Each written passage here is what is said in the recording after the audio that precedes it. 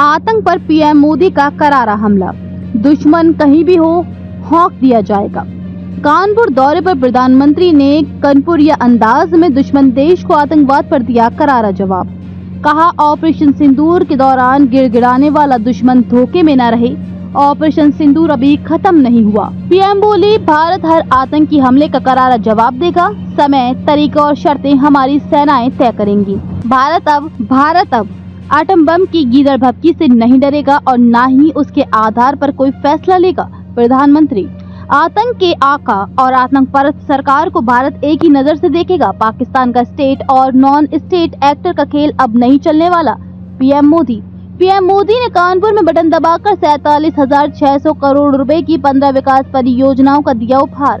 5 बड़ी तापीय विद्युत परियोजनाओं का भी किया लोकार्पण। ऊर्जा के क्षेत्र में आत्मनिर्भर बनेगा यूपी।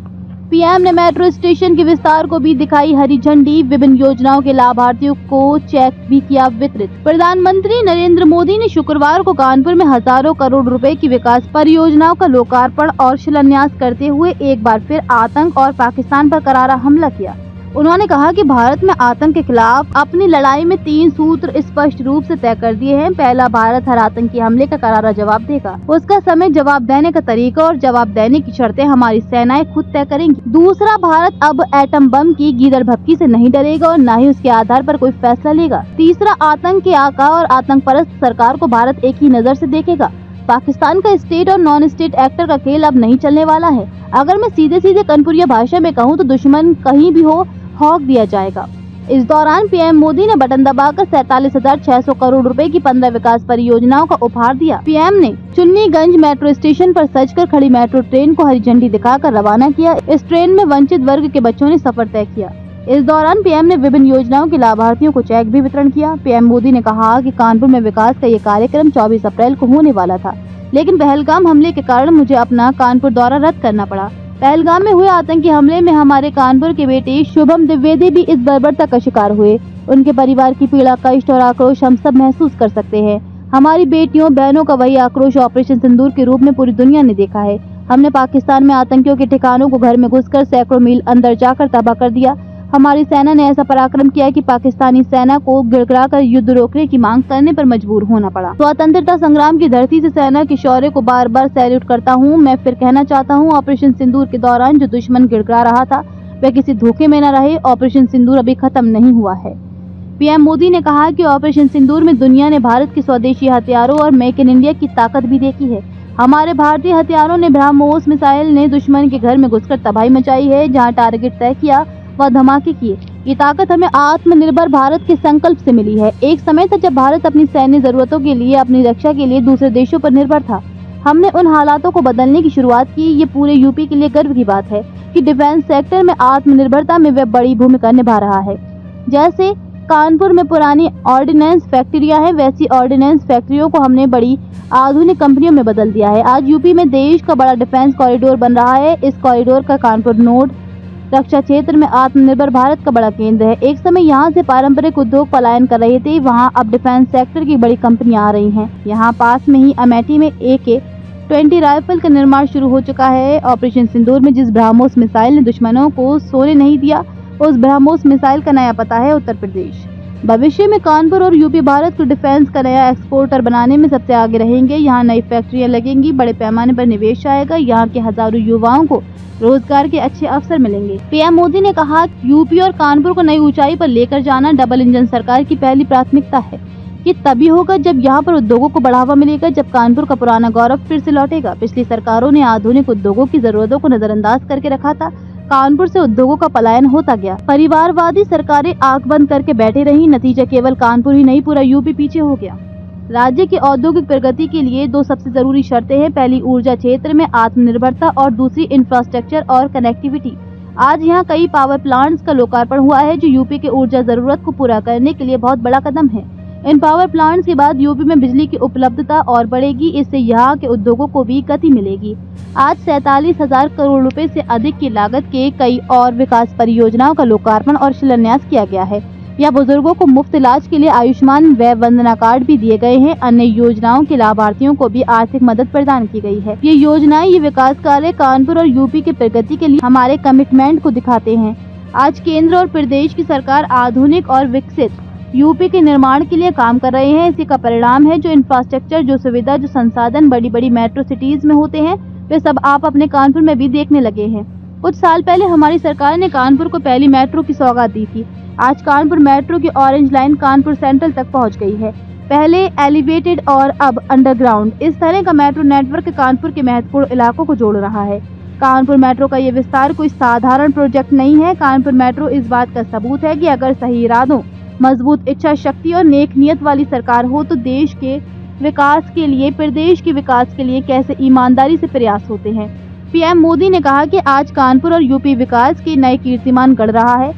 मेट्रो सेवा से कानपुर के लोगों को कितना फायदा होने जा रहा है। कानपुर व्यापार का इतना बड़ा केंद्र है। मेट्रो के कारण आज हमारे व्यापारियों और ग्राहकों दोनों के लिए नवीन मार्केट और बड़ा चौराहा पहुंचना आसान हो गया है। कानपुर आने जाने वाले लोग, आईआईटी के स्टूडेंट, सामान्य मानवीय, इन सब के लिए सेंट्रल रेलवे स्टेशन पहुंचने में कितना समय बचेगा। उन्होंने कहा कि हम जानते हैं कि शहर की गति ही शहर की प्रगति बनती है। ये सुविधा, ये कनेक्टिविटी, ट्रांसपोर्ट की आधुनिक फैसिलिटी। पीएम मोदी बोले, आज हमारा यूपी आधुनिक इंफ्रास्ट्रक्चर और कनेक्टिविटी के मामले में बहुत आगे निकल रहा है। जिस यूपी की पहचान टूटी फूटी सड़कों और गड्ढों से होती थी वह अब एक्सप्रेसवे के नेटवर्क के लिए जाना जाता है। जिस यूपी में लोग शाम के समय बाहर जाने से बचते थे, वहाँ अब हाईवे पर 24 घंटे लोग ट्रैवल करते हैं। यूपी कैसे बदला है ये कानपुर वालों से बेहतर भला कौन जानता है। कुछ ही दिनों में कानपुर लखनऊ एक्सप्रेसवे बनकर तैयार हो जाएगा, जिससे लखनऊ का सफर सिर्फ 40 से 45 मिनट का होने वाला है। लखनऊ से पूर्वांचल एक्सप्रेसवे से सीधे कनेक्टिविटी भी मिलेगी। कानपुर लखनऊ एक्सप्रेसवे को गंगा एक्सप्रेसवे से भी जोड़ा जाएगा। इससे पूरब और पश्चिम दोनों तरफ जाने के लिए दूरी भी और समय भी बचेगा। कानपुर के लोगों को अब तक फरखाबाद अनवरगंज सेक्शन में सिंगल लाइन से दिक्कत होती रही है। 1-2 नहीं 18 रेलवे क्रॉसिंग से आपको संघर्ष करना पड़ता था। कभी ये फाटक बंद तो कभी वह फाटक बंद। आप लोग कब से परेशानी से मुक्ति की मांग कर रहे थे। अब यहाँ भी 1000 करोड़ रुपए खर्च करके एलिवेटेड रेल कॉरिडोर, इससे यहाँ ट्रैफिक सुधरेगा, स्पीड बढ़ेगी और प्रदूषण भी कम होगा। सबसे बड़ी बात, कानपुर के लोगों का समय बचेगा। कानपुर सेंट्रल रेलवे स्टेशन को भी अपग्रेड करके विश्व स्तरीय लुक दिया जा रहा है। थोड़े ही समय में कानपुर सेंट्रल रेलवे स्टेशन भी एयरपोर्ट की तरह आधुनिक वर्ल्ड क्लास नजर आएगा। हमारी सरकार यूपी के 150 से ज्यादा रेलवे स्टेशनों को अमृत भारत रेलवे स्टेशन के रूप में विकसित कर रही है। यूपी पहले ही देश में सबसे ज्यादा इंटरनेशनल एयरपोर्ट वाला राज्य बन चुका है, यानी हाईवेज, रेलवेज और एयरवेज यूपी हर क्षेत्र में तेजी से आगे बढ़ रहा है। पीएम मोदी ने कहा कि हम यूपी को औद्योगिक संभावनाओं का राज्य बना रहे हैं। इस साल के बजट में हमने मेक इन इंडिया के लिए मिशन मैन्युफैक्चरिंग की घोषणा की है। इसके तहत लोक उद्योगों के उत्पादन को बढ़ावा दिया जाएगा। कानपुर जैसे शहरों को इसका बहुत बड़ा लाभ मिलेगा। कानपुर के औद्योगिक सामर्थ्य में सबसे बड़ा योगदान यहाँ की एमएसएमई का होता था। आज हम यहाँ लघु उद्योगों की अपेक्षाओं को पूरा करते हुए काम कर रहे हैं। कुछ समय पहले तक हमारी एमएसएमई को इस तरह परिभाषित किया जाता था कि उन्हें विस्तार करने में भी डर लगता था। हमने उन पर पुरानी परिभाषाओं को बदला। हमने लघु उद्योगों को टर्नओवर और स्केल की सीमा को बढ़ाया। इस बजट में सरकार ने एक बार फिर एमएसएमईएस के दायरे को बढ़ाते हुए उन्हें और भी छूट दी है। पहले के समय में एमएसएमई के सामने बड़ी दिक्कत क्रेडिट की भी होती थी, लेकिन पिछले 10 वर्षों में हमने क्रेडिट की समस्या को खत्म करने के लिए एक के बाद एक कई बड़े फैसले लिए हैं। आज युवा अपना उद्योग शुरू करना चाहते हैं तो उन्हें मुद्रा योजना के तहत तुरंत पूंजी मिल जाती है। छोटे और मध्यम उद्योगों को आर्थिक मजबूती देने के लिए हमने क्रेडिट गारंटी स्कीम चलाई। इस साल के बजट में एमएसएमई लोन पर गारंटी को बढ़ाकर 20 करोड़ कर दिया है। एमएसएमई के लिए 5 लाख तक की लिमिट वाले क्रेडिट कार्ड भी दिए जा रहे हैं। पीएम मोदी ने कहा कि हम यहाँ पर नए उद्योगों, खासकर एमएसएमई के लिए अनुकूल माहौल बना रहे हैं। इसके लिए प्रक्रियाओं को सरल किया जा रहा है। कानपुर के पारंपरिक चमड़ा और होजरी उद्योग को वन जिला वन प्रोडक्ट के माध्यम से सशक्त किया जा रहा है। हमारे इन प्रयासों का लाभ कानपुर के साथ साथ यूपी के सभी जिलों को भी मिलेगा। पीएम ने कहा कि आज उत्तर प्रदेश में निवेश का एक अभूतपूर्व सुरक्षित माहौल बना है। गरीब कल्याण की योजनाओं को जमीन पर उतारा जा रहा है। मध्यम वर्ग के सपनों को पूरा करने के लिए भी सरकार उनके साथ खड़ी है। इस बजट में हमने 12 लाख रुपए तक की आय को पूरी तरह टैक्स से मुक्त कर दिया है। इससे करोड़ों मध्यम वर्गीय परिवारों में नया विश्वास जागा है। हमने सेवा और विकास के संकल्प के साथ इसी तरह तेजी से आगे बढ़ेंगे। हम देश को, यूपी को नई ऊंचाई तक ले जाने के लिए मेहनत करने में कोई कोर कसर नहीं छोड़ेंगे। इस अवसर पर मुख्यमंत्री योगी आदित्यनाथ, उप मुख्यमंत्री केशव प्रसाद मौर्य और ब्रजेश पाठक, भाजपा के प्रदेश अध्यक्ष चौधरी भूपेंद्र सिंह, मंत्री राकेश सचान, A.K. शर्मा, प्रतिभा शुक्ला, अजीत पाल, सोमेंद्र तोमर, सांसद अशोक रावत, देवेंद्र सिंह भोले, रमेश अवस्थी, महापौर प्रमिला पांडे, जिला पंचायत अध्यक्ष सुपिंद्र अरुण समेत अन्य जनप्रतिनिधिगण एवं अधिकारी मौजूद रहे।